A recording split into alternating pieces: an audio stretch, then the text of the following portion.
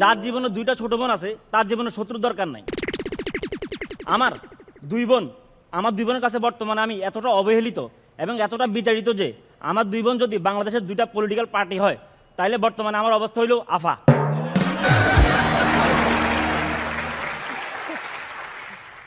সবচেয়ে বড় বেইমান হইল আমার মা। আমি কোনো দোষ করলে আমারে মারে, আমার বোনরা কোনো দোষ করলে তাও আমারে মারে। তখন আমার বোনরা পিছন থেকে হয়ে যায় জয়া আহসান, মারো।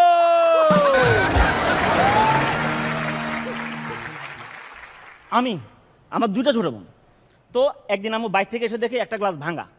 তো আগে আমার আধা ঘন্টা ধরে মারছে, তারপর কে ভাঙছে? তা আমি গেলাম ও ভাঙছে, থাকো ছোট মানুষ। কোনো কিছু হইলেও ছোট মানুষ, কোনো কিছু হইলে একটা ছোট মানুষ।